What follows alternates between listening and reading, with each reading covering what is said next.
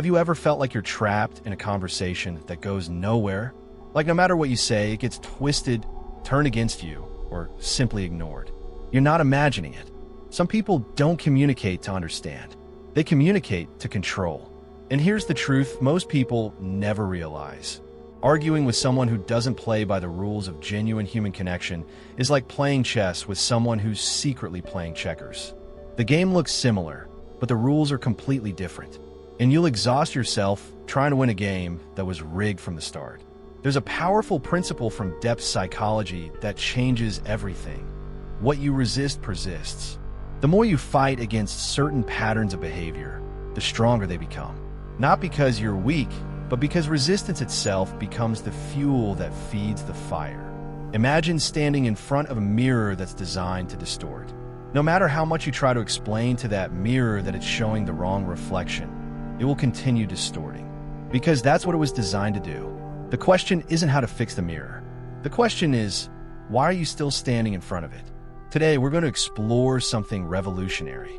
A way to protect your peace, maintain your sanity, and reclaim your power without getting trapped in endless arguments. This isn't about being cold or disconnected. It's about being strategically wise. It's about understanding that some battles aren't meant to be fought externally. They're meant to be won internally. So let's begin with the most counterintuitive strategy of all. Silence is not absence.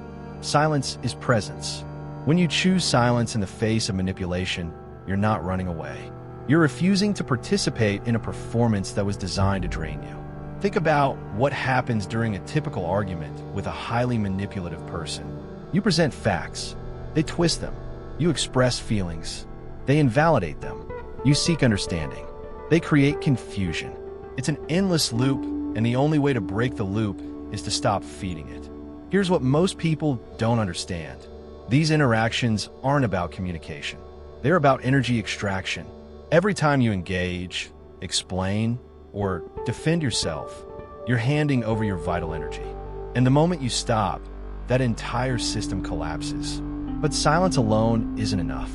You need something deeper. You need what we call strategic detachment.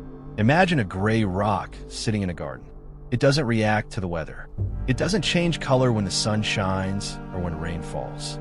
It simply exists, neutral and unmoved. This is the essence of the gray rock technique.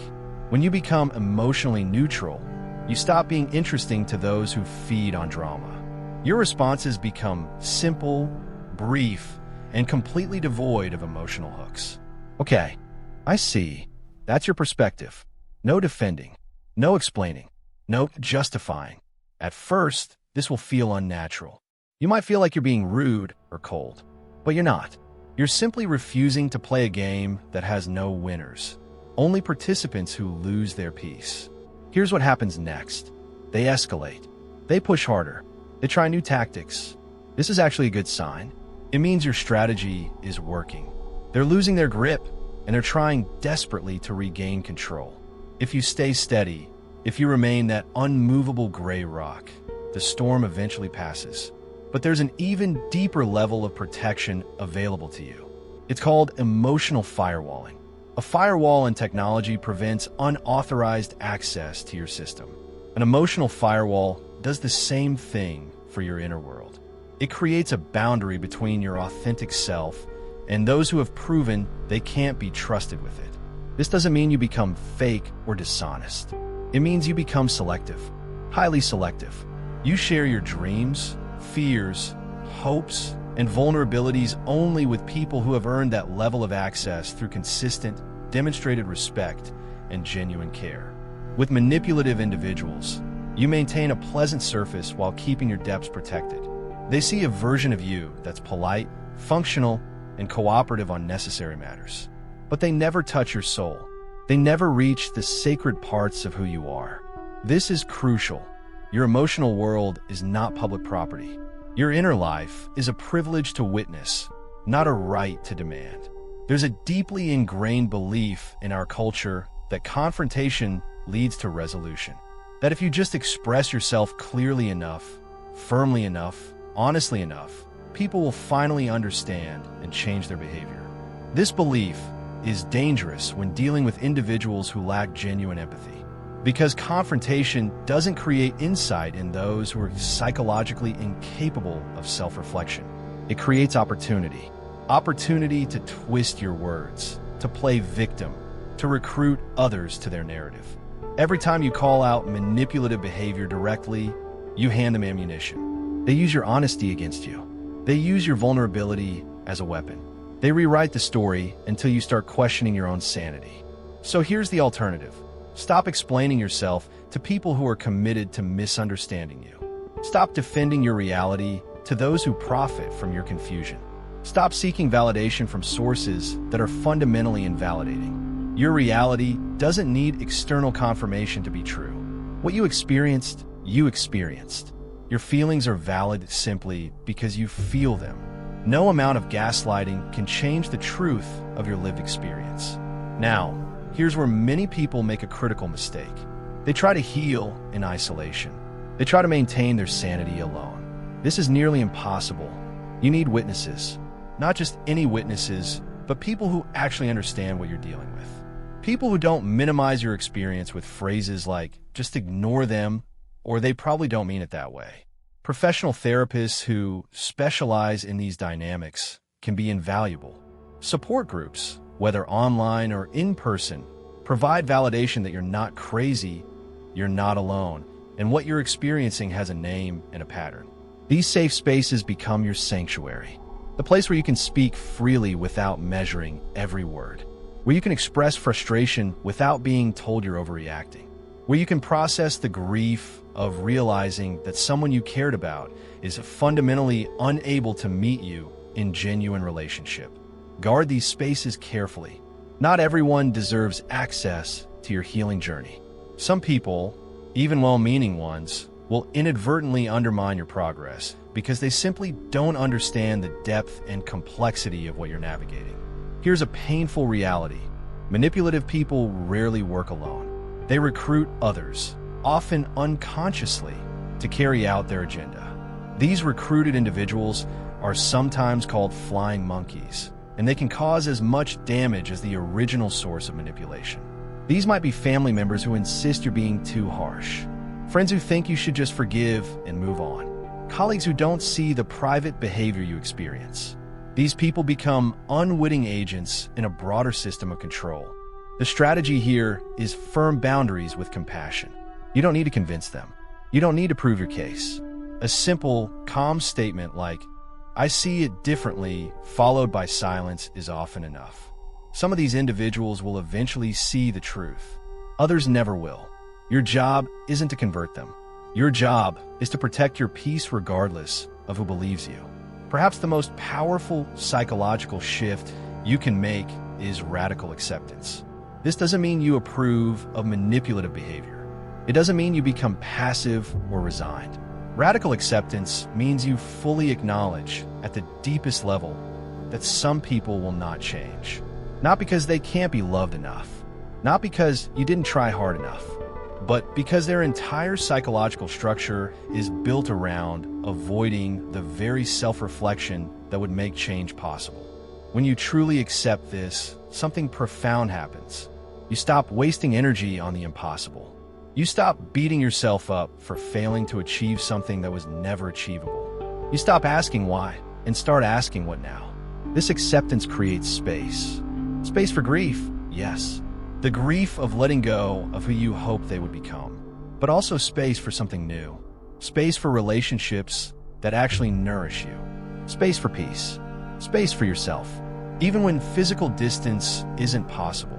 When you must maintain contact due to work, family obligations, or other practical realities, there's a powerful technique called soul distancing.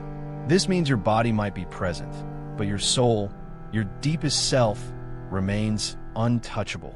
You engage on surface matters with competence and politeness, but your sacred inner world stays completely protected. Think of it as attending a business meeting. You're present, functional, and appropriate, but you're not sharing your deepest dreams or greatest fears with everyone in the conference room. You maintain professional boundaries naturally. Apply this same principle to toxic relationships you cannot fully exit. Be present for what's necessary. Be polite where appropriate. But keep your emotional investments, your vulnerable truths, and your authentic self reserved for those who have proven worthy of that access. As you develop these skills, you'll notice something interesting. You become harder to manipulate. You see patterns others miss. You recognize tactics before they fully deploy. This awareness is powerful, and with power comes responsibility. Don't become what you're healing from. Don't use your new awareness to manipulate others. Don't weaponize your insights to cause harm. The goal isn't to become invulnerable and cold. The goal is to become discerning and authentic. You can be strong and compassionate. You can set firm boundaries and still care about people. You can protect yourself without becoming cynical about all human connection. This balance is the mark of true psychological maturity. Your personal healing ripples outward. Every time you refuse to participate in dysfunctional patterns, you make it slightly easier for the next person to do the same. Every time you choose your peace over proving yourself, you model a different way of being. This isn't just about surviving toxic relationships. It's about creating a life where genuine connection becomes possible, where your energy goes toward building rather than defending, where your relationships are chosen based on mutual respect rather than obligation or guilt. You're not too sensitive. You're not asking for too much when you expect basic respect and honesty. You're not difficult for having boundaries. These are lies designed to keep you small, confused, and controllable. The truth is simpler and more powerful. You have the right to protect your peace. You have the right to withdraw from situations that harm you. You have the right to build a life surrounded by people who see your worth and treat you accordingly. So where do you go from here? Start small. Notice your patterns. Where do you over-explain? Where do you seek approval from sources that will never give it? Where do you sacrifice your truth for temporary peace? Each time you catch yourself falling into old patterns, pause. Breathe.